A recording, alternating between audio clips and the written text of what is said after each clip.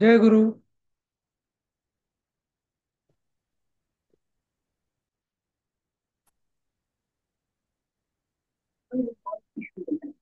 तो आप लोगों के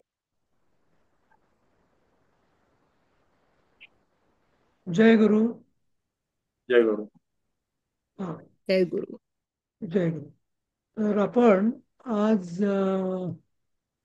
काल जसं म्हटलं होतं तसं आपण प्रारंभाचे जे 4 पाठ झाले आहेत तर त्याचा आपण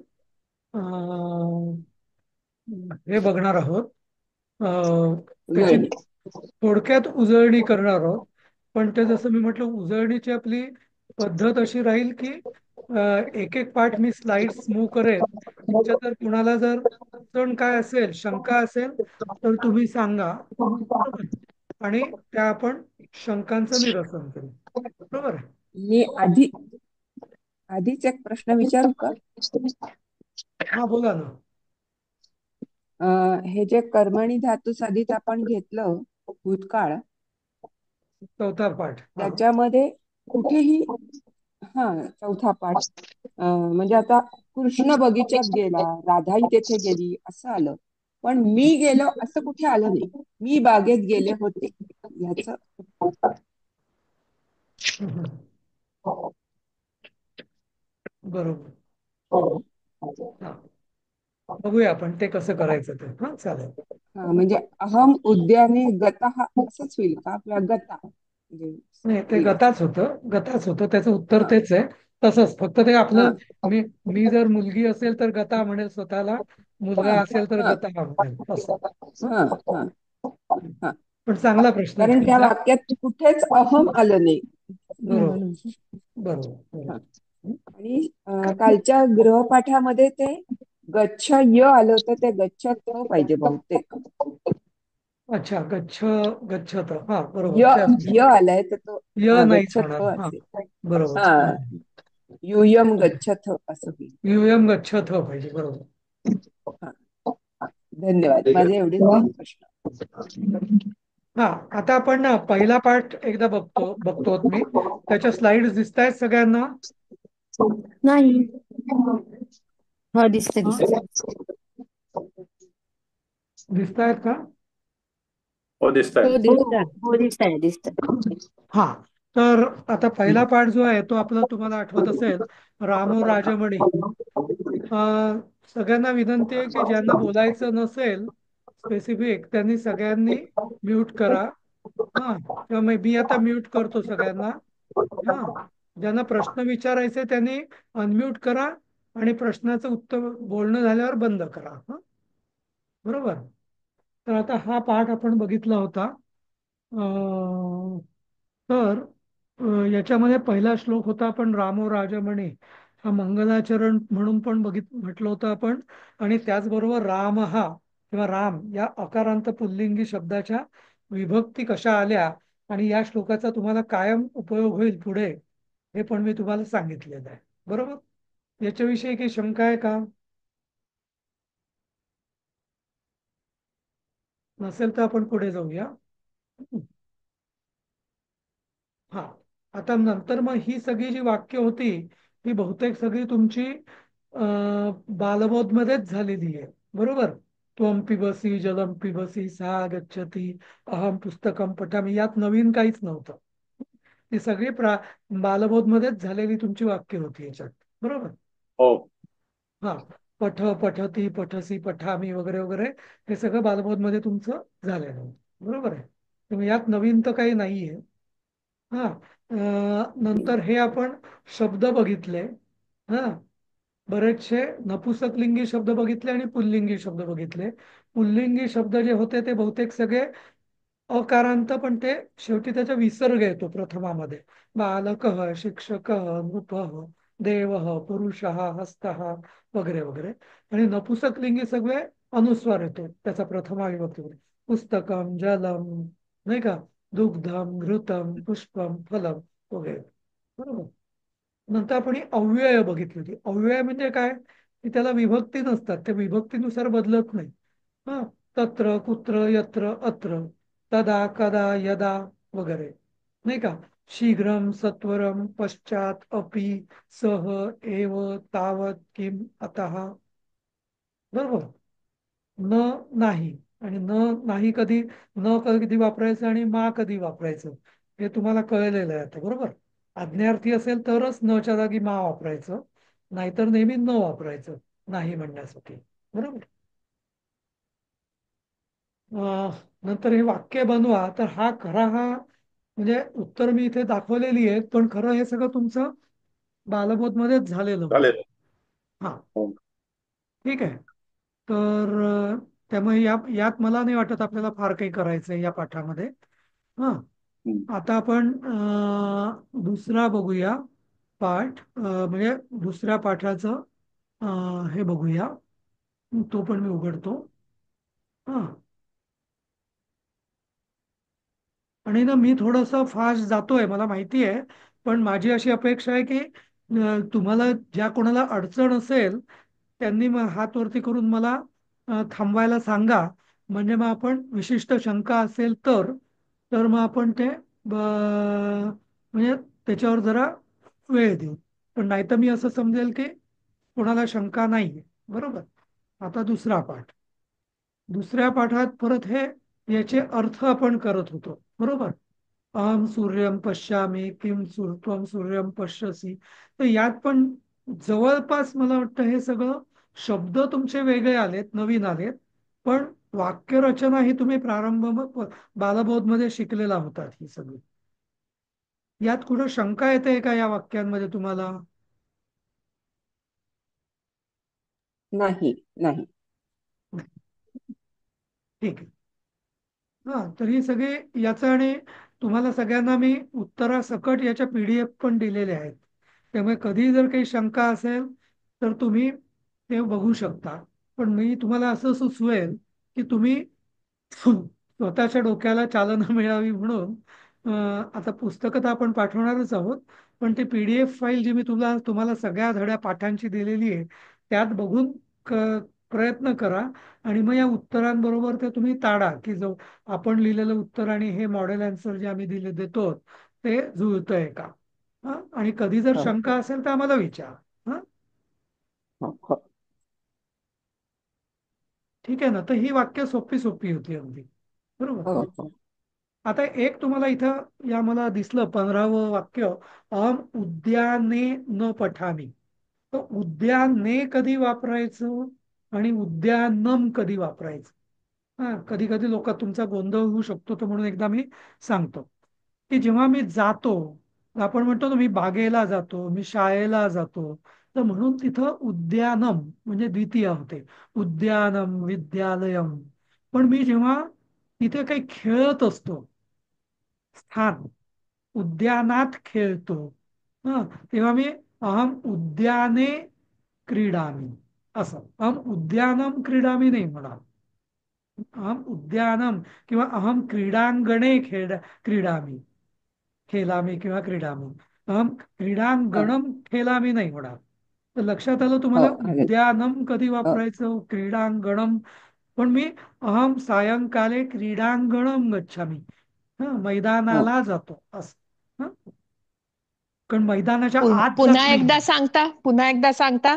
मी लिहून घेतलं, बागेला जातो, शाळेला जातो, तेव्हा उद्यानम विद्यानम असं वापरायचं, बरोबर. विद्यालयम.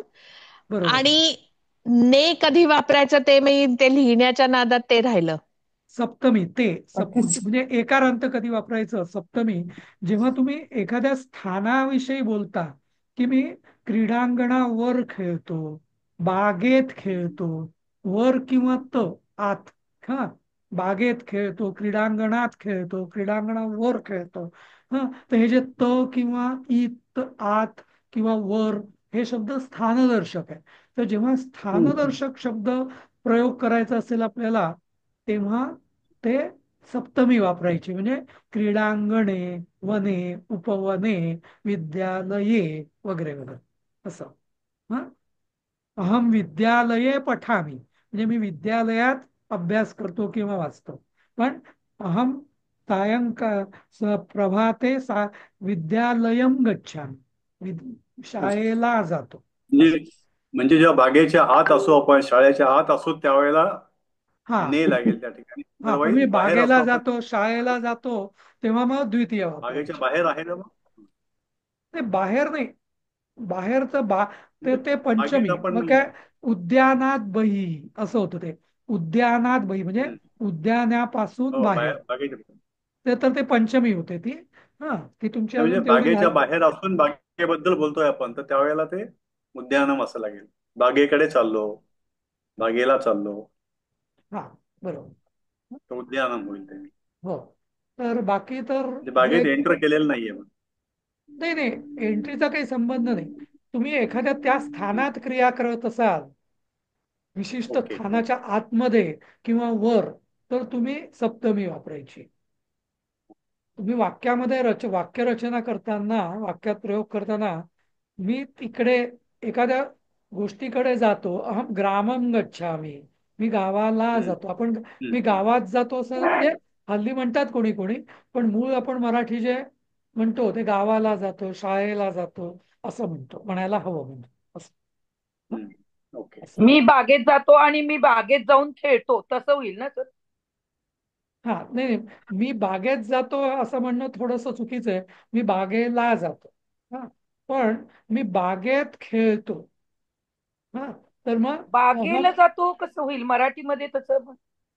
नाही, आता कसं आहे तेच सांगतो मी तुम्हाला, की आता तुम्ही थोडस म्हणजे ते आणि ला आपण हे इंटरचेंजेबली वापरतो मराठीत. हा पण शाळेला जातो होईल, शाळेला हा जातो तसं बागेला जातो. हा करेक्ट. असं ओके. मंदिराला जातो. पूर्वी लोक म्हणायचे ना, मी हम्म. देवाला चालली आहे. देवाला चालली म्हणजे देवाला म्हणजे काय, देव म्हणजे मंदिराला किंवा देवाला असं ते म्हणायचो ना आपण. ला ते लक्षात हा ठेवण्यासाठी तर चालेल. ते ला ला म्हणजे द्वितीय अनुस्वार. हं?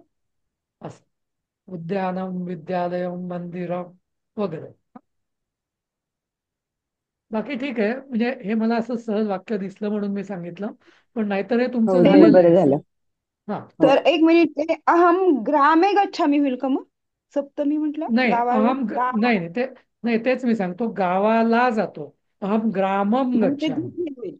ओके ओके, ग्रामम. द्वितीय. पण मी हम्म. हा पण मी असं म्हणायचं असेल तुम्हाला, की मी गावात हम्म. काम करतो. अहम ग्रामे करोमी किंवा कर्मम करोमी असं. हं?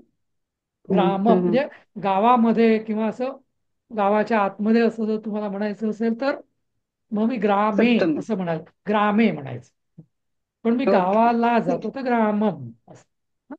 आहे. ओके. हा. आणि हेच एक आम्ही जे पेपर तपासले ना बालमोचचे, तर हम्म. ही जी चूक नाही म्हणणार मी, पण हे कन्फ्युजन आम्ही इग्नोर करून मार्क दिलेले होते. हेही सांगतो तुम्हाला. हं? हे इग्नोर केलं मी, म्हणजे मला आमच्या तपासणाऱ्याने विचारलं होतं काय करायचं, तर नाही म्हटलं बालबोटच्या लेवलला आपण हे इग्नोर करूया, पण आता प्रारंभमध्ये तुम्ही योग्य शब्द वापराल अशी अपेक्षा राहिला. हं? ठीक आहे, तर हे वाक्य तशी तुमची झालेली आहे. फक्त इथं प्रयोग आहे, इदानीम, शीघ्रम, हस्तेन वगैरे. आता हे सगळे प्रयोग तुमच्या आता हळूहळू सुरू होत आहेत. बरोबर. नवीन नवीन शब्द. हा बरं, आता हा विभक्ती. आता विभक्ती तुमचं फार मी असं ऐकलेलं आहे आणि अपेक्षित आहे मला, की बरंच तुमचं थोडंसं कन्फ्युजन झालं पण असेल विभक्तीविषयी. पण बरंचसं ते कन्फ्युजन आता कमी दूर पण झालं असेल. मी असं हो हो, अपेक्षा करत नाही कमी की आहे. सगळे तुमच्या लक्षात सगळं आहे असं माझी अपेक्षा नाहीये. पण समजलेलं आहे तुम्हाला विभक्ती म्हणजे काय, प्रथमा काय, द्वितीया काय, चतुर्थी कधी वापरायची, पंचमी कधी, षष्ठी कधी, हे समजलेलं आहे तुम्हाला आता. हो हो. मला नाही समजलं सर, मी नव्हते त्यावेळेला. भावना. भावना होता येईल. ओके. तुम्ही ना भावना, एकदा. तू ना ऐक ना भावना, तू ना हा माझं देवीशी बोलणं झालं याविषयी. हा हा तर हा हा. देवीकडे काय, देवी आहे का वर्गात, आहे का, जॉईन केलं देवी? आहे सर. हा. तर देवी, तू भावनाला जरा टिप्स दे तुझ्या. आत्ताही सांगितलं तरी चालेल. चालेल. हा हो सांगतेस आत्ता तू? सगळ्यांना हो, फायदा सांगते होईल. ना. हा सांग, फायदा होईल सांगते. काहीतरी. सगळ्यांना सर फायदा होईल. आता थोडक्यात सांगा ना. ऍक्च्युली सरांनी तर मराठीमध्ये दिलेलंच आहे, म्हणजे देवम म्हणजे देवाला, ते मराठीमध्ये त्यांनी ट्रान्सलेट केलेलं आहे. पण हे हम्म लक्षात कसं ठेवायचं? तर हे पुल्लिंगी शब्द देव आहे, तर देव हा पहिला जो कारक आहे, कर्ता कारक, त्याला हम्म विसर्ग येणार, हे लक्षात ठेवायचं. तर मी हा एकवचन बद्दल फक्त सांगतेय. तर मग देवम, मग हे कसं लक्षात ठेवायचं? तर देव विसर्ग जाऊन पुढे म अक्षर येतं. हम्म तर द्वितीयेला ते येतं, मग तृतीयेला न येतं, चतुर्थीला शेवटी य येतं, हम्म आणि पंचमीला त येतं, आणि षष्टीला स्य येतं, देवस्य, आणि सप्तमीला वे येतं, म्हणजे देवेचं एकारांत होतं. मग असं लक्षात ठेवलं ना, आणि बघा तुम्ही द्विवचनला बघा, तर बघशील भावना, तर दोन्ही देवौ देवौ असं येतं प्रथमा आणि द्वितीयाला, हम्म आणि हो तृतीय चतुर्थी पंचमी देवाभ्याम देवाभ्याम येतं, अभ्याम हा आणि षष्टी आणि सप्तमी देवयोः देवयोः असं येतं. हम्म तर ह्या गोष्टी ना लक्षात ठेवल्या आणि जरा तोंडपाठ वगैरे केलं ना, तर लक्षात राहतात. हम्म देवम म्हणजे काय, मग देवाला, हे पण ह्याच्या सकट तोंडपाठ करायचं. अच्छा म्हणजे देवे म्हणजे देवाने देवांकडून, जसं आपण देवे जसं ही आपण म्हटलं ना, जसं आपण म्हटलं ना, अहम उद्यानम गच्छामी, म्हणजे मी हा हा उद्यानाला जातो. ते आता आता तुमच्या हम्म डोक्यात बरंच बसलं असेल. उद्यानम आणि उद्याने. उद्यानम म्हणजे हम्म उद्यानाला, आणि उद्याने म्हणजे उद्यानात, असं असं. सर चतुर्थीला पण देवाला लिहिले ना, तर द्वितीयेला देवाय, पण देवाला आहे आणि पण ते चतुर्थीला पण ते देवालाच आहे. काय माहितीये का, मराठीत ते ला द्वितीयेला पण ला लागतं आणि चतुर्थीला पण ला लागतं. पण खरं चतुर्थीचा प्रत्यय प्रति, टुवर्ड्स. हा, हा, म्हणजे आपण मी देवाला फूल वाहतो, म्हणजे मी देवाला म्हणजे असं म्हणजे द्वितीय हे कर्म आहे का तिथे देवाला फूल वाहतो? नाही, मी देवाप्रती फूल वाहतो, नाही का, असं. ते तुम्हाला एक देव कन्सेप्ट कळतो का, की कर्म कर्ता म्हणजे कळलं तुम्हाला? कर्ता म्हणजे हो सगळ्यांना कन्सेप्ट क्लिअर आहे. जी क्रिया जो हो हो करतो त्याला कर्ता म्हणतात, बरोबर. हम्म आणि ज्याच्यावर ती क्रिया होते त्याला कर्म म्हणतात. हे हम्म समजलं? हो एखादी हो गोष्ट, हो. मी दूध पितो, कोण पितो? कोण हा प्रश्न ज्याचं उत्तर मिळेल तो कर्ता, मी. काय हम्म पितो? काय या प्रश्नाचं जे उत्तर असतं त्याला म्हटलं जातं कर्म. तर मग हा, हा, काय पितो, काय खातो, काय करतो, नाही का. तर कायचं उत्तर नेहमी कर्मात येतं, कोणचं उत्तर नेहमी कर्त्यात येतं. आलं लक्षात? अशा रीतीने कर्ता आणि कर्म हा कन्सेप्ट कळला, फरक काय तो हो समज. हो. हा, हा. आता काय माहितीये का, मी तुम्हाला उदाहरण एक देतो त्यामुळे तुम्हाला हे कळेल. आता असं लक्षात घ्या, की कोणाला म, आपण मराठीमध्ये राम आंबा खातो असं म्हटलं मी, हा, मराठीमध्ये, हा, राम आंबा खातो, आणि याचा अर्थ काय होते?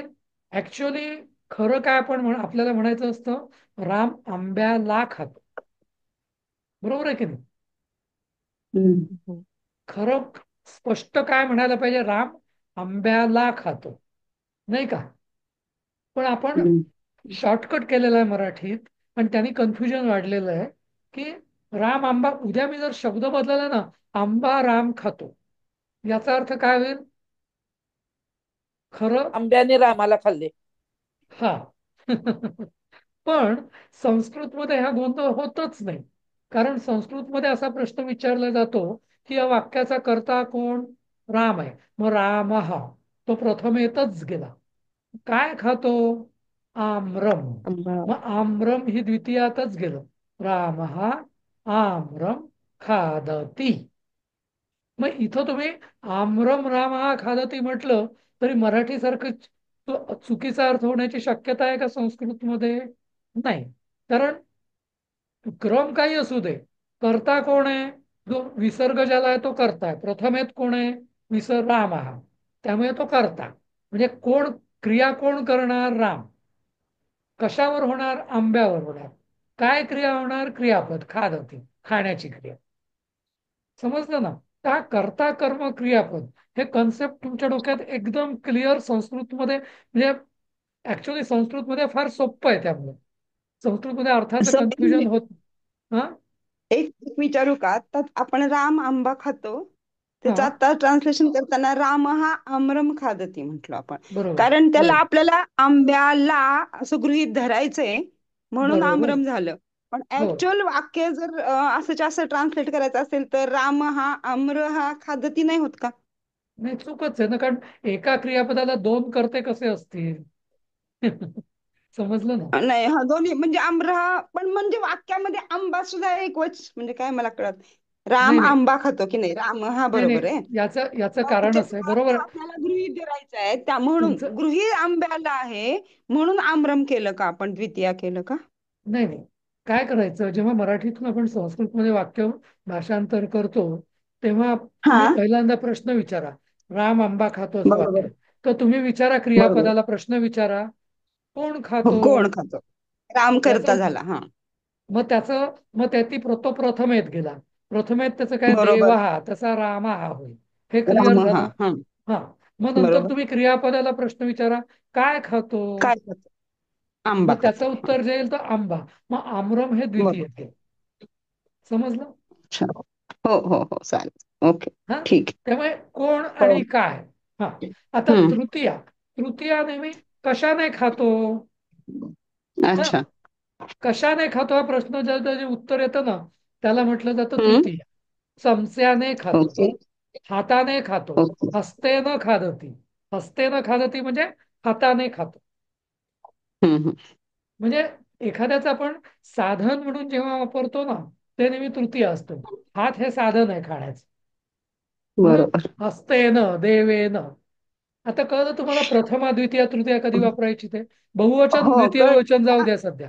पण आपण प्रथमा कळली कोण, द्वितीया कळली बरोबर आहे. काय, तृतीया हा, कशाने. हा, कशाने? किंवा पण मग आता कशाकडून असं किंवा असेल सर, हा एक मिनिट, असं असेल की राम आंबा हाताने खातो असं हा, असेल तर मग त्या आंब्याचं आम्रचं द्वितीय होणार का? काय होणार मग? आंब्याची तर द्वितीय तर पुन्हा प्रश्न विचारायचे. आता मराठी समजा, मराठीत एक वाक्य आहे, राम हं, हाताने आंबा खातो. तर मी खातो हे बरोबर. क्रियापद तर माहिती आहे. खातो, कोण बरोबर. खातो? हा, राम खातो. राम प्रथमेत गेला, राम हा. बरोबर. काय खातो? हो. आंबा खातो. आम्रम. हा. कशाने ओके. खातो? हाताने. हात त्याने म्हणजे काय? हसते हस्त. ना. हस्त. पण मग हम्म. हस्त तृतीयेत गेलं म्हणून हस्तेन. मग काय? आणि हो. खातो प्रथम पुरुष आहे म्हणून खादती. मग वाक्य पूर्ण चालेल. काय होईल? राम हा आम्रम हस्तेन हसते खादती. ना. खाऊ. खादती. ठीक. असं ओके. वाक्य बनलं आपलं. हा, आता झालं. छान हा समजलं हा सर, थँक्यू. हा आता चतुर्थी कसं करायचं? हा, देवा, उदाहरणार्थ, मी देवाप्रती फूल वाहतो. आता इथं तुम्ही कोणाला वाहतो फूल असा प्रश्न विचारा. राम हा देवाय पुष्पम अर्पयती असं म्हणूया आपण. राम हा म्हणजे असं मला वाक्य आहे, समजा राम देवाला फूल वाहतो. कोण वाहतो? राम. राम हा काय वाहतो? कर्म, फूल, पुष्पम. हा, कोणाला वाहतो? कोणाला. लक्षात घ्या प्रश्न. हा, क्रियापदाला तुम्ही प्रश्न विचारताय, कोणाला वाहतो? हा, तर काय होईल? देवाला. म्हणून देवाप्रती म्हणजे देवाय. मग चतुर्थी कळली कशी?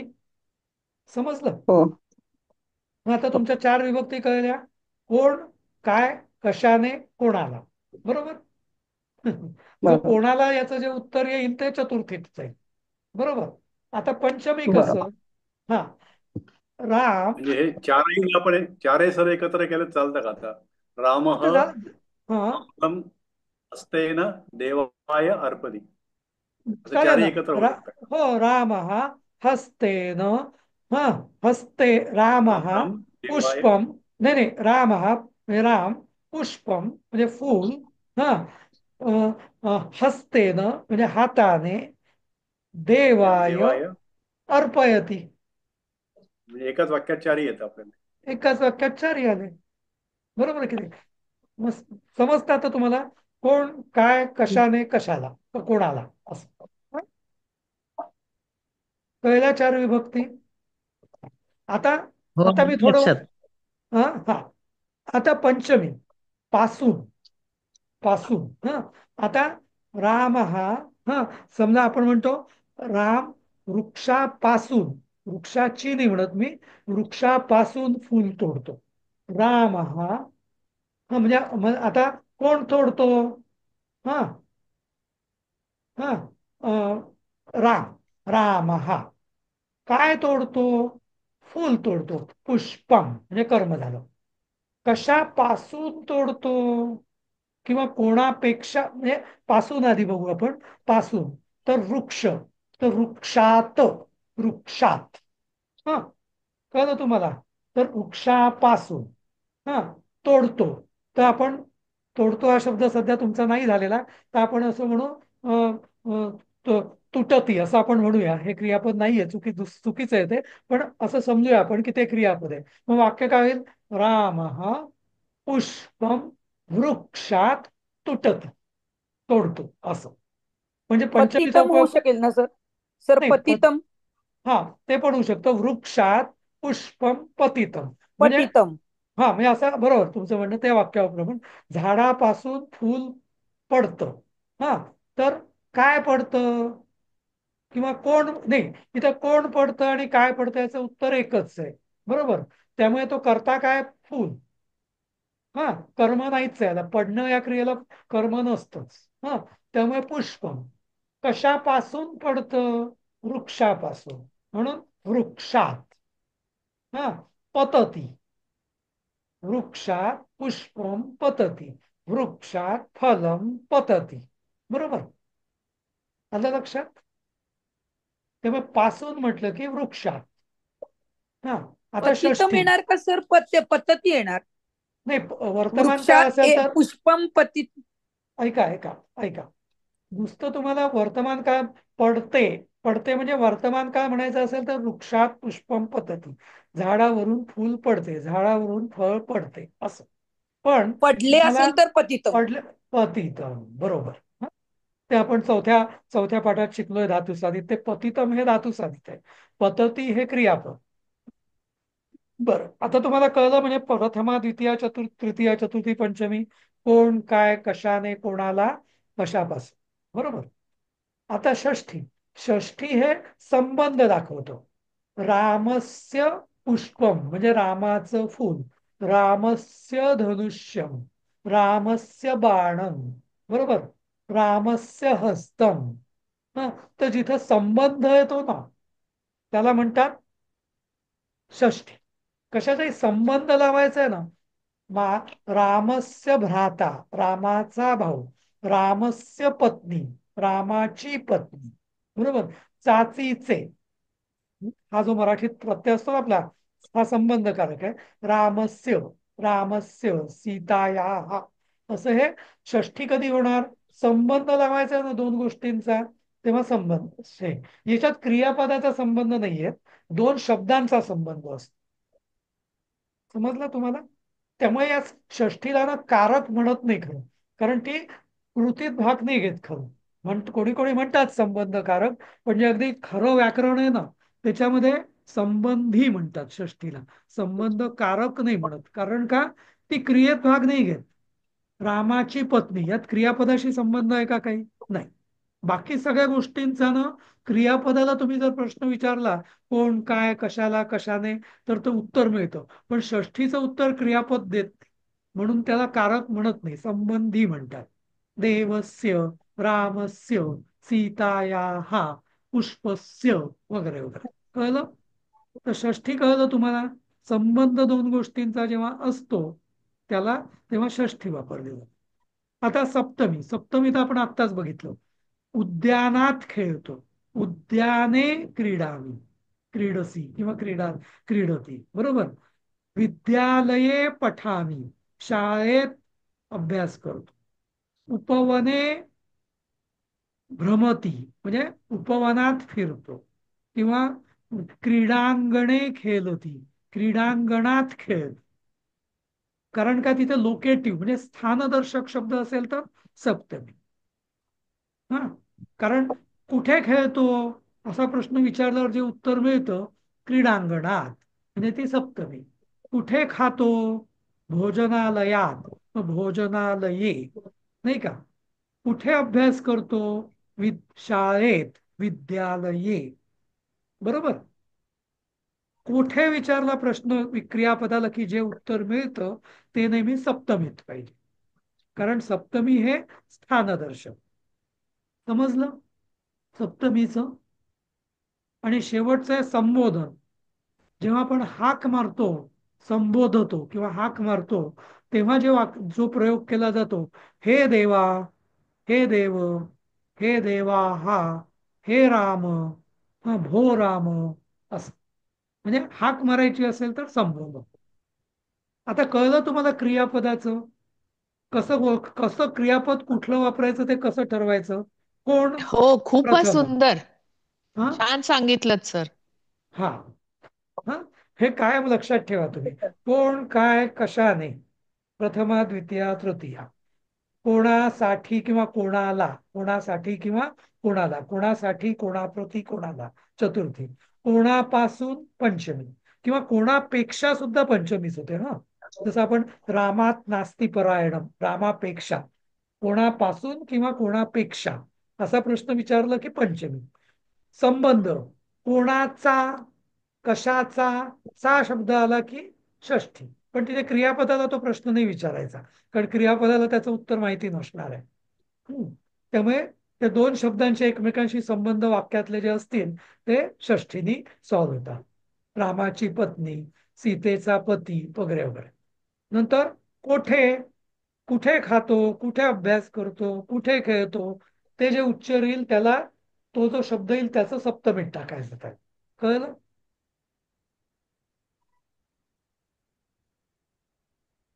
आता कोणाला विभक्तीविषयी शंका आहे का अजून, सांगा मला. एक विचारू का सर? हा, विचारा. आता आपण ते छान वाक्य केलं होतं, राम पुष्पम हस्तेन देवाय अर्पयती. हा, प्रथमा राम झालं, पुष्पम द्वितीया झालं, हा. हस्तेन तृतीया होईल, आणि कोणाला अर्पण म्हणून देवाय झालं. ते हे झालं चतुर्थी, देवाय म्हणजे चतुर्थी. बरोबर. हा, तर मग असं पंचमी, षष्टी, सप्तमी ह्याचं एखादं वाक्य असं सांगता येईल का? हे आता पटकन कळालं तिन्ही. हा, सांगतो ना मी. मंदिरे, हा, मंदिरे राम पुष्पम देवाय अर्पयती. मंदिरे म्हणजे स्थानात, कुठे करतो ही सगळी क्रिया, मंदिरात करतो म्हणून मंदिरे. सप्तमी येईल तिथे. हा, सप्तमी. देवालये, देवालये किंवा मंदिरे. हा, असं. आता मी म्हटलं की कमळाचे फूल वाहतो, हा, कमलस्य पुष्पम अर्पयती, कमलस्य पुष्पम अर्पयती. हा, किंवा असं म्हटलं मी, रामस्य पत्नी सीता, म्हणजे रामाची पत्नी सीता कमळाचे फूल मंदिरात, म्हणजे मंदिरे, हा, देवाला वाहते. म्हणजे मग षष्ठी पण आली तिथे. रामस्य पत्नी सीता, किंवा नुसतं सीता जाऊ दे, रामस्य पत्नी मंदिरे किंवा देवालये कमलस्य षष्ठी पुष्पम, म्हणजे द्वितीया कर्म. हा, कमलस्य पुष्पम हे द्वितीया झाली. देवाय किंवा कृष्णाय, कृष्णाला अर्पयती, कृष्णाला अर्पण करते. आल्या सगळ्या विभक्ती, फक्त पंचमी राहिली. आता मला तुम्हाला सगळ्यांना एक विनंती आहे, असे मी जसे शब्द केले, मी जसं वाक्य बनवलं ना मॅक्झिमम शब्दांचा उपयोग करून विभक्तींचा, तशी तुम्ही वाक्य बनवा गृहपाठ म्हणून. आज 10-10 वाक्य प्रत्येकाने बनवा आणि ग्रुपवर टाका. सवय म्हणून प्रॅक्टिस. इथं सर रामस्य आणि कमलस्य दोन्ही आलं ना? नाही, रामस्य पत्नी रामस्य आणि पत्नी कमलस्य पुष्पम असं पण झालं. बरोबर आहे, बरोबर आहे. हो, दोनदा षष्ठी आपण दोनदा वापरली.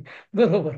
हा, छान. तिथं पंचमीचं काहीतरी करता येईल. हा हा, ते आता तुम्ही विचार करा काहीतरी. हा, आणि हा विभक्ती चुकली तरी चालेल, तुम्हाला कन्सेप्ट समजणं महत्वाचं. हा, कुठली विभक्ती कधी वापरायची हा कन्सेप्ट समजणं खूप महत्वाचं आहे. त्याचा पाठांतराशी संबंध नाही, त्याचा फक्त तर्काशी संबंध आहे. बरोबर ना. हे तुम्ही म्हणजे परत चांगला सांगतो. होमवर्क चांगला. हा हा. तर तुम्ही 10-10 प्रत्येकाने वाक्य, तुम्ही 30 जण किती आज आहात पा क्लासमध्ये? 26 जण दिसत आहेत मी सोडून. 25 × 10 मला 250 वाक्य दिसली पाहिजे तुझ्या. बरोबर आहे की नाही? काही छान रिपीट छान. होईल पण चालेल. हा ठीक आहे, करू. हा येस सर. हा.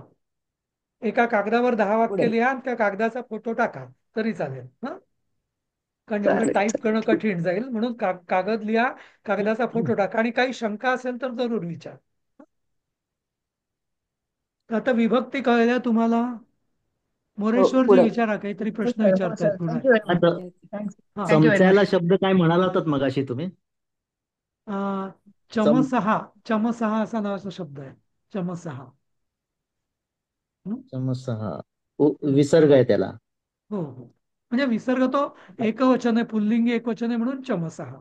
हं? असं. हा, बरं. आणि मगाशी तुम्ही तोडतो म्हणून त्याला ते क्रियापद आलं नाही ते म्हणाला, त्याचं काय हा, शब्द क्रियापद? प्लवती. प्लव म्हणजे तोडणे असं. हं? अच्छा, म्हणजे ते तसंच, मग इंग्लिशमध्ये प्लक म्हणतो तसंच थोडंफार. तसंच तसंच. हं? तर असं म्हणजे, आणि मी पुन्हा पुन्हा सांगतो, एखाद्या वेळेस एखादा शब्द चुकला ना चालून जाईल, पण तर्क तुमचा पक्का पाहिजे. हा. कारण आणि तुम्ही वय जरी तुमची किती वाढली असती, स्मरणशक्ती कमी होईल, पण तर्कशक्ती तुमची वाढलेली आहे, चांगली समज चांगली वाढलेली आहे. बरोबर? त्यामुळे आता तुम्हाला विभक्तीत तुम्ही चुकायला नको, म्हणजे तुमचं विभक्तीचं रूप चुकेल पाठांतर नसल्यामुळे, पण कुठली विभक्ती. हा, बोला.